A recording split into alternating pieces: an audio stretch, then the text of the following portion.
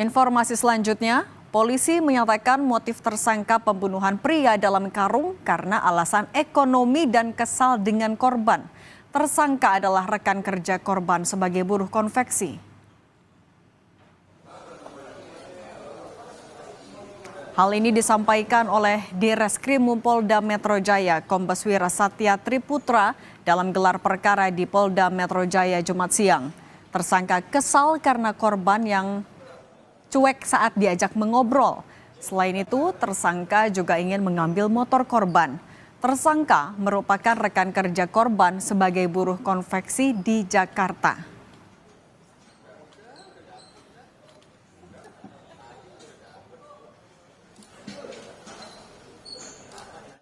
Tersangka merasa tersinggung karena korban merasa acuh ataupun mengacuhkan obrolan daripada tersangka.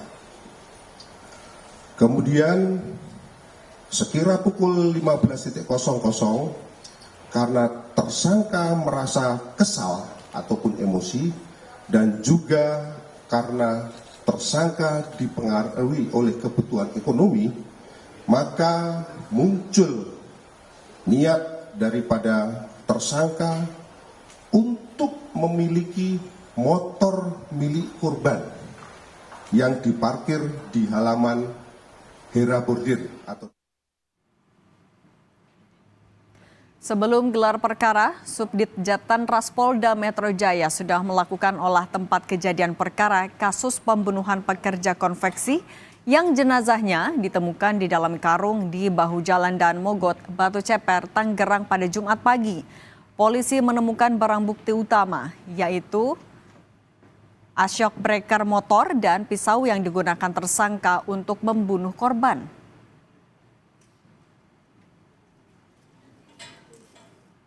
Di lokasi, kami menemukan beberapa bercak darah serta alat bukti berupa shock breaker, sepeda motor, dan pisau, serta karung, di mana karung di tempat eksekusi tersebut sama dengan tempat kejadian penemuan mayat. Olah TKP ini kami lakukan untuk mencocokkan keterangan dan barang bukti yang kami temukan. Untuk selanjutnya kami rangkai dalam rekonstruksi dan di dalam berkas perkara penyidikan kami. Polisi juga sudah mengamankan CCTV yang merekam pelaku. Dalam rekaman CCTV, tersangka berinisial N alias R menggunakan motor biru membawa jenazah korban dalam karung. Tersangka tertangkap CCTV Polda Metro Jaya dalam perjalanan usai membunuh korban di tempat kerja mereka di sebuah konveksi di kawasan Pesanggerahan, Jakarta Selatan. Jenazah kemudian ditemukan di sebuah got di Jalan Dan Mogot, Batu Ceper, Kota Tangerang, Banten.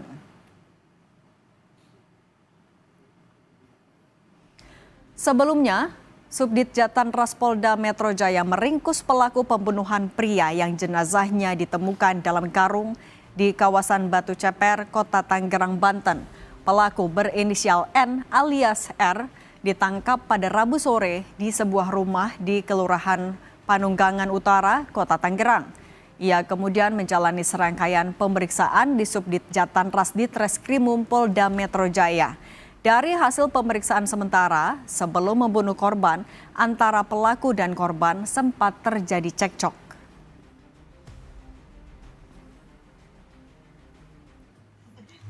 Membahas kasus pembunuhan pria dalam karung, sudah bergabung bersama kami di Kompas Petang, Kriminolog Universitas Indonesia, Prof. Adrianus Meliala. Prof. Adrianus, selamat petang. Selamat petang, Mbak Sidi. Prof, motif sudah diketahui, kesal dan juga ada alasan ekonomi. Apakah motif ini sebenarnya adalah sesuatu yang memang kerap mendorong pelaku untuk melakukan pembunuhan sesadis ini juga, Prof? Betul sekali. Jadi saya bisa menerima kalau yang bersangkutan memang melakukan suatu perbuatan fatal kepada yang bersangkutan. Lalu kemudian, tapi ada kemungkinan begini, bahwa walaupun sudah dibunuh karena sakit hati, tapi kemudian ada saja kasus di mana korban kemudian dikebumikan baik-baik, ya, atau ditinggalkan secara rapi begitu ya. Namun yang terjadi pada kasus ini adalah bahwa setelah dibunuh lalu kemudian dilakukan langkah-langkah untuk yang kita sebut sebagai degrading, ya, merendahkan dirinya atau melakukan dehumanisasi atas diri korban. Misalnya dengan cara memasukkannya ke dalam karung, lalu kemudian memasukkannya ke motor, dan kemudian lalu menjalankan motor tersebut untuk kemudian dibuang ke got, gitu ya.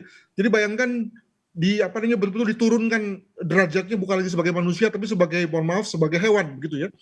Nah, tentang membuang dengan karung dan kemudian dalam motor sendiri, itu saya kira hal yang oke banget tuh ya secara ilmu ya, dalam arti bahwa yang bersangkutan memang bekerja sejalan dengan psikologi pembunuh. Mengapa demikian? Karena masyarakat beranggapan begini, bahwa seorang pembunuh itu tentu tidak mau kelihatan hasil pembunuhannya, maka dia akan menyembunyikan korban yang dia bunuh, dan kemudian lalu mengendap-endap sembunyi-sembunyi, gitu ya, tidak berani muncul dan seterusnya. Nah, inilah yang kemudian dia lawan ini. Dia muncul di jalan raya dengan motor korban, ya, sekaligus juga dengan karung berisi korban, begitu ya. Dan tentu saja mengapa tadi saya katakan melawan psikologi pembunuh, maka bagaimana mungkin orang lalu kemudian curiga, ya, bahwa di dalam karung itu adalah korban. Ya, jadi dengan kata lain, dia tidak menampilkan profil seorang pembunuh, makanya kemudian lalu dia bisa berjalan dengan tenang, ya, sampai kemudian lalu membuang korbannya di Jalan Dan Mogot, Jakarta Barat. Demikian. Nah, Prof, tapi dengan sampai melakukan dehumanisasi, kemudian juga modusnya tertangkap CCTV juga, bagaimana Anda mencermati psikologi dari pelaku juga? Nah, tentu saja semua kejahatan pasti ada celahnya, ya, pasti ada bolongnya, dan ketika itulah lalu kemudian lewat bolongnya itulah yang bersangkutan tertangkap. Jadi satu pihak dia memang sudah cerdas itu, ya, dengan bersikap biasa, terbuka, terang-terangan membawa karung, ya, dan semua orang tentu tidak akan mengira bahwa karung itu berisi manusia. Lalu kemudian dia tenang juga mengendarai, tapi ada yang dia lupa, bahwa sebetulnya ada CCTV yang merekamnya, dan CCTV itu lalu kemudian menjadi satu penyambung, ya, dari rangkaian peristiwa yang lain. Jadi ada orang yang menemukan korban pada saat yang lain, lalu kemudian ada orang yang merasa kehilangan, dan kemudian ada CCTV, maka jadilah, ya, satu rentetan yang kelihatannya tidak disadari oleh si pelaku. Demikian.